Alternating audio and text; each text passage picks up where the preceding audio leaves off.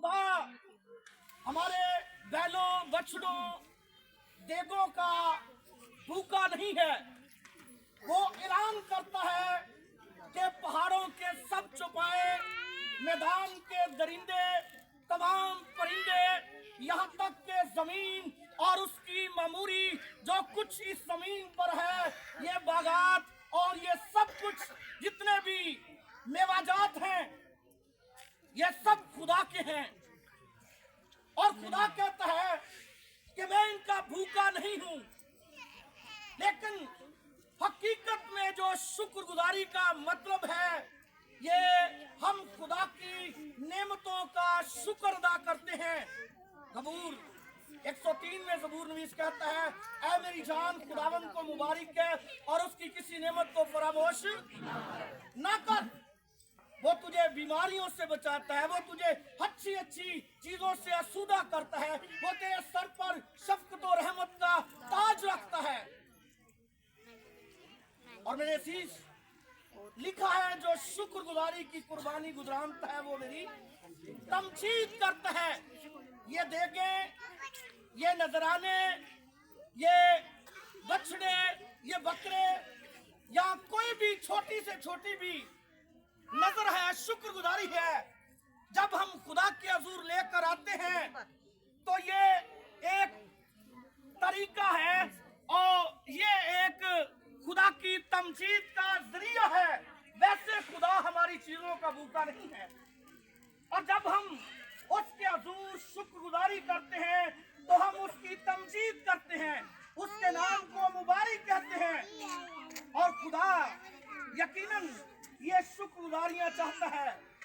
आप जानते हैं, जब खुदा यीशु ने एक गांव में दाखिल होते हुए 10 कोढ़ियों को कहा कि जाकर अपने ताई कहनों को दिखाओ, और जब एक वापस आया जो सामरी था तो उसने यीशु को सजदा किया, शुक्रगुजारी की, तो यीशु ने क्या कहा कि क्या 10 ने शिफा ना पाई, फिर वो 9 कहाँ है?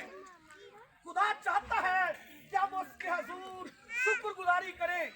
खुदा चाहता है कि हम उसके पास लौटकर वापस आए। खुदा चाहता है कि जब वो हमें अच्छी अच्छी नेमतें देता है, बरकतें देता है, हमें अच्छी अच्छी चीजों से आसूदा करता है, हमें सरबलंद करता है, हमें सरफराज करता है, तो हम उसकी शुक्रगुजारी करें। जब वो हमें शिफा देता है तो हम उसकी शुक्रगुजारी करें। मेरे अजीज, जब बैत हस्दा के हौज पर खुदावंद यीशु ने एक मफलूज को शिफा बख्शी, जब वो चारपाई उठाकर जा रहा था, लोग पूछते हैं तुझे किसने ये कहा है कि आज सब्बत के दिन चारपाई उठा? तो वो कहता है जिसने मुझे शिफा बख्शी है उसी ने मुझे कहा है कि अपनी चारपाई उठा अपने। और उन्होंने कहा वो कौन है? वो नहीं जानता था कि कौन था।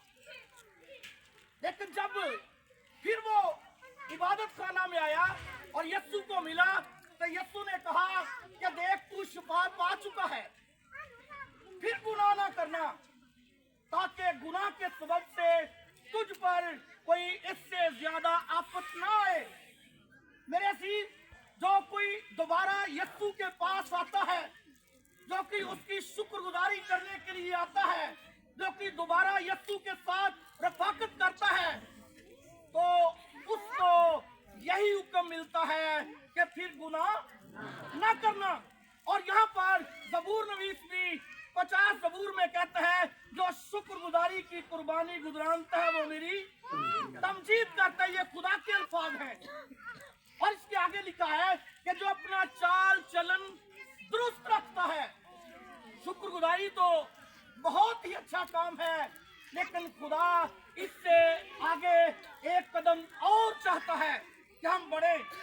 और वो क्या है कि जो अपना चाल चलन दुरुस्त रखता है, खुदा कहता है उसको मैं खुदा की निजात दिखाऊंगा। मेरे अजीज, बहुत से लोग शुक्रगुजारियां करने वाले, प्रस्तुत करने वाले और दुआएं करने वाले, कलाम की खिदमत को सर अंजाम देने वाले, खुदा के साथ साथ चलने वाले, कभी कभी खुदा की बजाय किसी और की शुक्रगुजारी करना शुरू कर देते हैं और उसका अंजाम जो है वो अच्छा नहीं होता। हमें ये भी जानना है, ये भी याद रखना है कि अगर हमारा चाल चलन दुरुस्त रहेगा तो फिर हम हमेशा अपने खुदा ही की शुक्रगुजारी करेंगे। कलाम खुदा में आप जानते हैं, जब मुकद्दस मूसा बनी इस्राएल को मुल्क मिस्र से निकाल कर लाया और खुदा उनके साथ साथ था, बड़े बड़े अजीब काम खुदा ने मिस्र में उनके आंखों के सामने किए।